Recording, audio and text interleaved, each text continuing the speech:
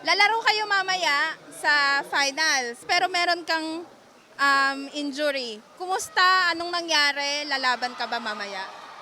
Ang pag-spy ko po ang landing, na bad landing po, na overstretch yung kamay ko. At gano'n yun. Masakit. Sakit po. Pero kumusta? Paano ang laro mamaya? Kakayanin para manalo. Okay, ikaw na teammate niya, nag-aalala ka ba na meron siyang injury o confident ka na kaya niya? Nag-aalala din po, pero alam ko namang kaya niya. Okay. Kahapon nakalaban nyo din yung makakalaban nyo mamaya, nakalaban nyo yung Caraga. Tapos hindi kayo nanalo yung Caraga. So, ano sa tingin nyo ang mangyayari mamaya at paano nyo make sure na mananalo kayo? Less lang yung error at pabutihin pabutihin pa.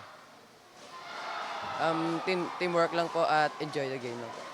Tapos hindi pa kayo naaasar kasi nag-cheer kayo, ang lalakas ng mga cheer nyo, ang lakas din ng cheer ng kabilang team, hindi ba kayo naapektuhan?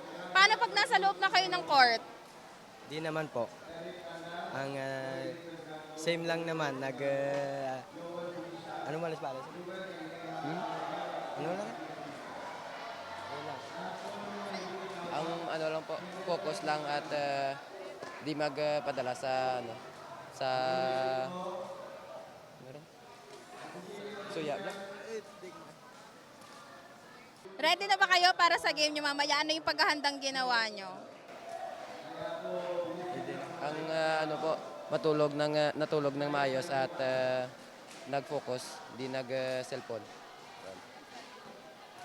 Ganun lang din. Ganun lang. Wala lang.